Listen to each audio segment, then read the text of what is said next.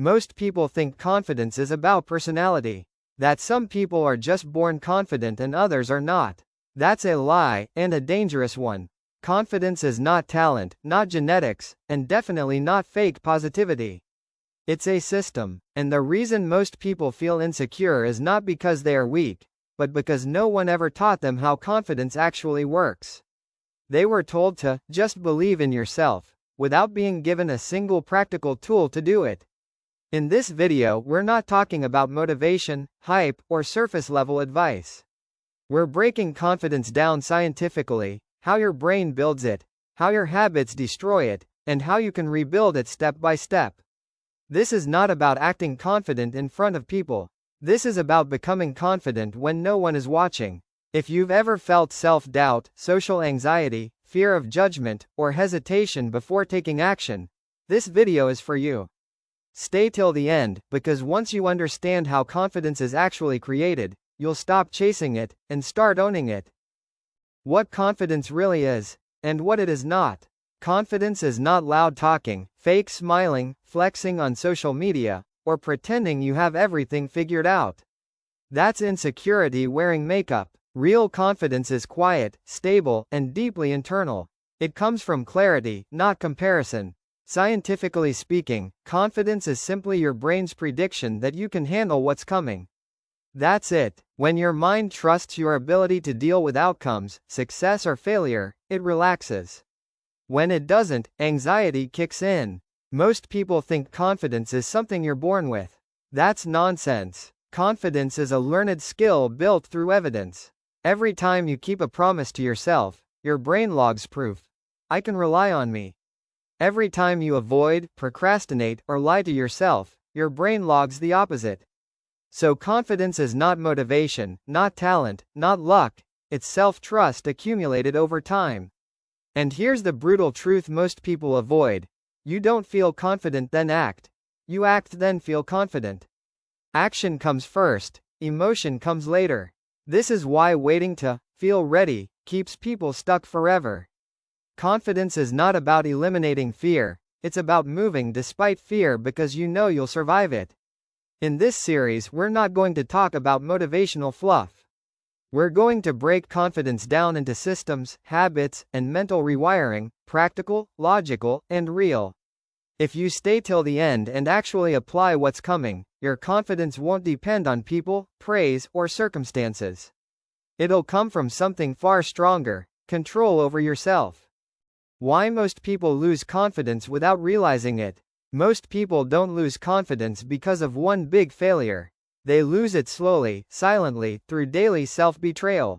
Every time you say, "I'll do it tomorrow," and don't, every time you stay quiet when you should speak, every time you lower your standards just to fit in, your brain records it. Neurologically, your mind is constantly updating one question: can I trust this person? And that person is you. When your actions don't match your words, self-trust drops. And when self-trust drops, confidence collapses. This is why overthinking people are often low in confidence, not because they're dumb, but because thinking replaces action. Your brain gets flooded with possibilities, risks, and imagined judgments, but zero real-world feedback. Confidence needs feedback. No feedback, no confidence. Another major confidence killer is outsourcing your self-worth. When your mood depends on likes, approval, compliments, or validation, you're handing control of your confidence to other people's opinions. Something you can't control. That's unstable by design. Add constant comparison through social media, and your brain starts measuring your behind the scenes against someone else's highlight reel. That's not reality, that's psychological sabotage. Confidence dies when your focus shifts from growth to image. The moment you start asking, "How do I look?" more than, "Am I improving?" insecurity takes over. The good news? Confidence loss is reversible. Because the same way it's destroyed, through small actions, it's rebuilt through small, consistent wins. No affirmations, no pretending, just evidence. And that's exactly what we'll build next. The science-backed way to build real confidence. Confidence is built exactly like a muscle, through gradual, controlled stress followed by recovery. Your brain does not become confident by thinking positive thoughts. it becomes confident by collecting evidence. Neuroscience shows that confidence is strongly linked to progress-based dopamine, not pleasure. When you complete a task you committed to, especially one that felt slightly uncomfortable, your brain rewards you with a signal that says, "I can handle this." Over time, these signals stack up and form self-belief. The biggest mistake people make is aiming too big too fast. They set unrealistic goals, fail, and then internalize the failure as a personality flaw. That's not lack of confidence, that's bad strategy. Real confidence grows when you consistently win small battles. Small tasks done daily beat big plans done rarely. When your brain sees consistency, it upgrades your self-image automatically. No affirmations needed. Discipline plays a massive role here. Motivation is emotional and unstable. Discipline is mechanical and reliable. When you act only when you feel motivated, your brain learns that action is optional. But when you act despite resistance, your brain learns that you are in control. That sense of control is the foundation of confidence. The more predictable your actions are, the more predictable your self-trust becomes. Another scientifically proven factor is exposure. Avoidance trains your brain to label situations as dangerous. Exposure retrains it to label them as manageable. Confidence rises not because fear disappears, but because your nervous system adapts. Speaking up, trying, failing, showing up again, each repetition reduces uncertainty. And uncertainty, not failure, is what actually kills confidence. Confidence is not about feeling powerful or superior. It's about feeling capable. And capability is built only through repeated action, not imagination. The more times you show your brain that you can survive discomfort, the less dramatic it becomes. This is how real confidence is engineered, slowly, logically, and permanently. Body, posture, and the confidence feedback loop. Confidence is not just a mental state, it's a full body process. Your brain and body are in a constant feedback loop, and posture is one of the fastest ways this loop works against you or for you. When you slouch, keep your head down, or collapse your shoulders, your nervous system interprets it as submission or threat. Cortisol goes up, breathing becomes shallow, and your brain assumes you're unsafe. That's not philosophy, that's biology. Your body literally tells your mind how to feel. When you stand upright, keep your spine straight, chest open, and head level, your breathing deepens automatically. Deep breathing activates the parasympathetic nervous system, which signals calm and control. This reduces stress hormones and improves clarity. You don't need to feel confident first, your body posture can trigger the confidence response on its own. This is why people often feel different the moment they clean up, dress better, or sit properly. It's not vanity, it's nervous system regulation. Movement also plays a huge role. A sedentary body creates a restless, anxious mind. Regular physical activity, especially strength training or brisk walking, teaches your brain one critical lesson: I can generate energy on demand. That sense of physical capability translates directly into psychological confidence. You start trusting yourself more because your body proves it can handle stress and recover. Eye contact is another underrated factor. Avoiding eye contact tells your brain you're inferior or in danger. Maintaining calm, neutral eye contact tells your nervous system you belong. This doesn't mean staring aggressively, it means being present without shrinking. Over time, this simple habit rewires how you perceive social situations. Confidence is not faked from the inside out, it's often built from the outside in. Fix your posture, move your body, regulate your breathing, and your mind will follow. You're not acting confident, you're giving your brain the physical signals it needs to be confident. How your self-talk destroys or builds confidence. Confidence is heavily influenced by the way you talk to yourself when no one is listening. Your brain does not evaluate whether a thought is true or false, it evaluates whether it is repeated. Whatever you repeat becomes a belief. Most people unknowingly run a constant background loop of self-doubt, self-insults, and worst-case scenarios, then wonder why they feel insecure. That's not bad luck, that's bad internal programming. Negative self-talk usually sounds logical, which is why it's dangerous. Phrases like, "I'm just not good at this," others are better than me, or I'll probably mess it up, feel realistic, but they're actually predictions without evidence. The brain treats these predictions as commands. When you label yourself as incapable, your brain reduces effort, focus, and risk-taking to match that identity. Confidence dies not because you failed, but because you decided in advance that failure is your default. The solution is not fake positivity. Saying, "I'm amazing," when you don't believe it only creates internal resistance. Instead, use neutral, process-based language. Replace identity attacks with action statements. Instead of, "I'm bad at this," say, "I haven't practiced this enough yet." Instead of, "I can't do it," say, "I don't know how yet, but I can learn." These statements are scientifically powerful because they keep your brain in problem-solving mode rather than self-defense mode. Another critical rule: never insult yourself for emotions.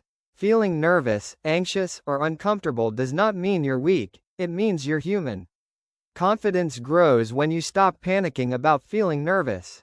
The moment you accept discomfort as normal, it loses its control over you. Calm confidence is not the absence of fear, it's the absence of self-attack. Your internal dialogue is either training your brain to trust you or training it to doubt you. Speak to yourself like a strict but fair coach, not a bully. Over time, this changes your default mental tone, and when your mind stops fighting you, confidence becomes your baseline, not an effort. Competence, the real source of unbreakable confidence. At the deepest level, confidence is a side effect of competence. No mindset trick, posture hack, or positive thinking can replace actual skill. Your brain is brutally honest with itself. If you repeatedly put yourself in situations you are unprepared for, your confidence will always feel fake. Real confidence appears when your abilities quietly support your presence. You don't need to announce it, people can sense it. Most people try to feel confident before they become competent. That's backwards. The correct order is: learn, practice, fail, adjust, repeat. Every repetition sharpens neural pathways, making actions smoother and decisions faster. As competence increases, cognitive load decreases. Things that once felt scary start feeling routine. That reduction in mental friction is what we experience as confidence. Preparation is massively underrated. When you prepare properly, whether for a conversation, a presentation, an exam, or a difficult task, your nervous system relaxes. It knows you've done the work. Anxiety is often just a signal of incomplete preparation. When you remove uncertainty through practice, confidence naturally fills the gap. This is why experts look calm under pressure, not because they are fearless, but because they've been there hundreds of times. Another key point is honesty with yourself. Confidence doesn't mean pretending you know everything. In fact, being able to say, "I don't know," without embarrassment is a high confidence trait. Insecure people fake knowledge to protect their image. Confident people protect accuracy over ego. That intellectual honesty creates respect, from others and from yourself. If you want confidence that doesn't collapse under stress, stop chasing vibes and start building skills. Get good at something valuable. Put in the boring reps.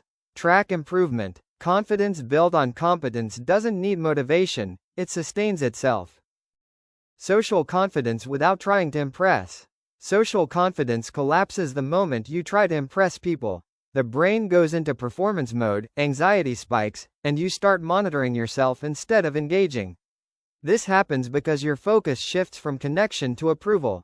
From a psychological perspective, the need to impress is rooted in fear of rejection, not confidence. The more you seek validation, the more power you give away.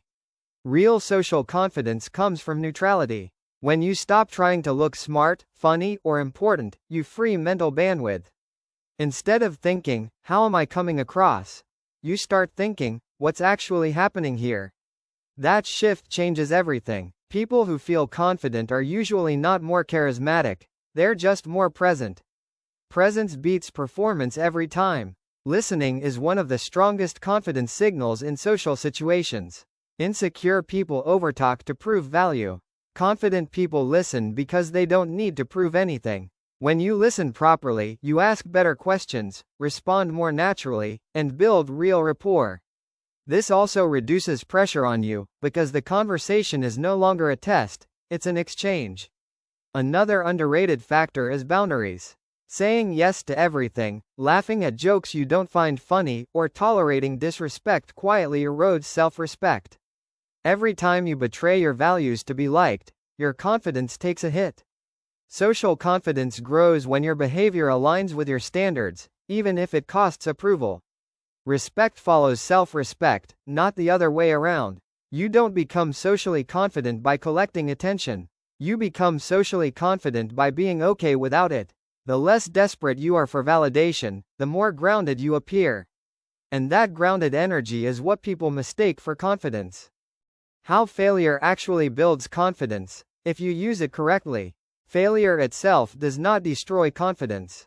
Misinterpreting failure does. Most people treat failure as a verdict on their identity rather than as data about their strategy.